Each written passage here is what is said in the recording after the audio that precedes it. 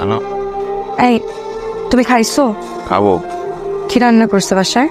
একটু ডাল ভাত।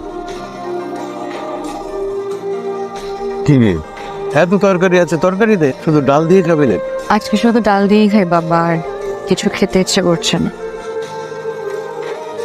কি রে, আজকে তো শুক্রবার, কই যাচ্ছিস তুই? টিউশনি করতে। তুই আবার টিউশনি নিয়ে কবে? মা, বাসায় বসে থাকতে থাকতে বোর্ড লাগে। তুমি কত টাকা পাইছো? 12,000। আর আমি টিউশন করে পাইছি 7,000। তাহলে এই 6,000 হচ্ছে বাসা ভাড়া, আসা যাওয়ার জন্য 1,500 টাকা কনভেন্স। এত লাগবে না। আহা, রাখো তো, লাগবে।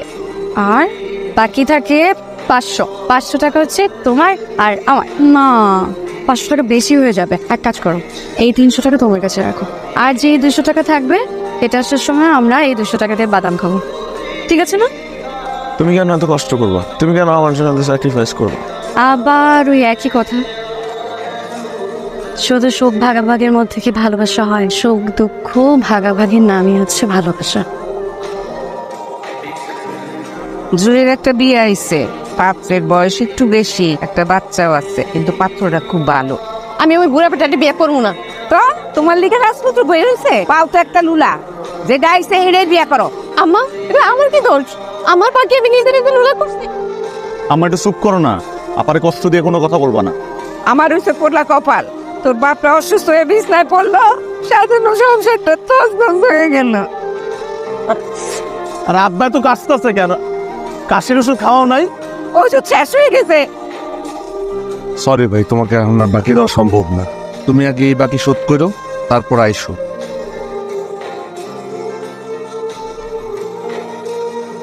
হ্যালো, তুমি কি করো? কিছু না, একটু বাইরে আসছি আব্বার ওষুধ কেনার জন্য। আমি বাসায় গিয়ে তোমার ফোন দিই।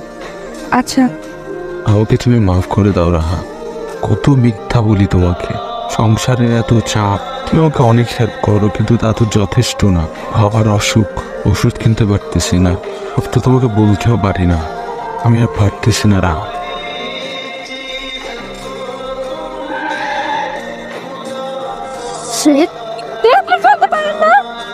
দেখেছো মানে, আপনারাই তো আমার উপর গাড়ি উঠাই দিচ্ছেন।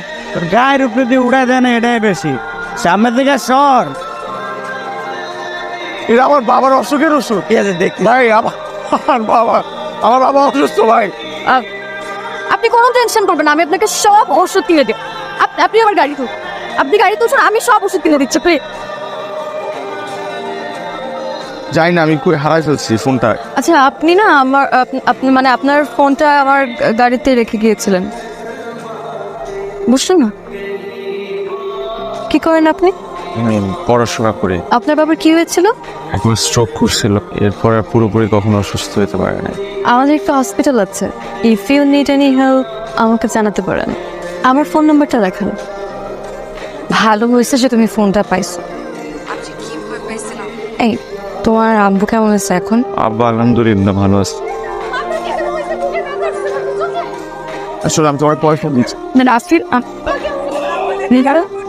তুমি চিন্তা করবেন না, আমি দেখছি ব্যাপারটা। 3 লক্ষ টাকা ম্যাডাম, ঠিক আছে, বাবার নামে উঠিয়ে রাখো। কি হ্যাপি?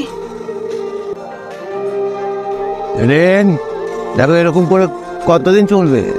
ভবিষ্যতে চিন্তাই করছো না। প্লিজ আরেকটা বিয়ে শাদী করো। একটা তো করলাম, টিকটো না। তুমি কেন এসব বারবার বলে আমাকে এম্বারেস ফিল করাচ্ছ? আমাকে সোসাইটি মেনটেন করতে হয়।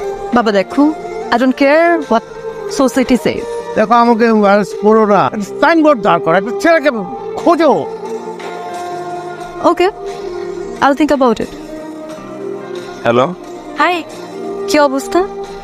আব্বা এখন অনেক সুস্থ আগের থেকে। আচ্ছা, তুমি কি কাল ফ্রি আছো? তোমার সাথে আমার কিছু কথা ছিল। কেমন আছেন? জি ভালো। আচ্ছা রাফিন, আমি তোমাকে একটা পার্সোনাল কোশ্চেন করতে চাই। তোমার ফ্যামিলি আসলে চলে কিভাবে? অনেক কষ্টে চলে। আমার বাবা অসুস্থ হওয়ার আগে সেই একমাত্র আর্নিং মেম্বার ছিল পরিবারের। আমাকে তোমার কেমন লাগে? হ্যাঁ, না মানে অ্যাজ এ পার্সন আমাকে তোমার কেমন লাগে? আপনি খুব ভালো একটা মানুষ। আপনি হেল্প না করলে আব্বাকে বাঁচাতে পারতাম না। হয়তো হেল্প করার পেছনে কোনো কারণ আছে, এর বিনিময়ে আমি চাই তোমার কাছে কিছু চাই। Will you give it to me?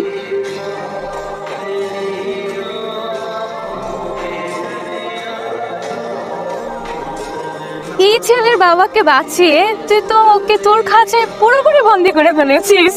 Yes, মানে এই বাগারটারে দিয়ে তুই কি করবি? বাবা আমাকে বিয়ে দিতে চাই, আর আমি যদি এখন তার পছন্দ মতো বিয়ে করি, আবার সে খাঁচায় বন্দি জীবন শুরু। আমি ওই জীবনটা চাই না, তাই আমি ভেবেছি আমি একটা পাপেটকে বিয়ে করব।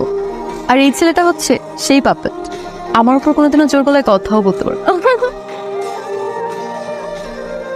আন্টি, এটা আপনার জন্য। ভাইয়া, এটা তোমার জন্য।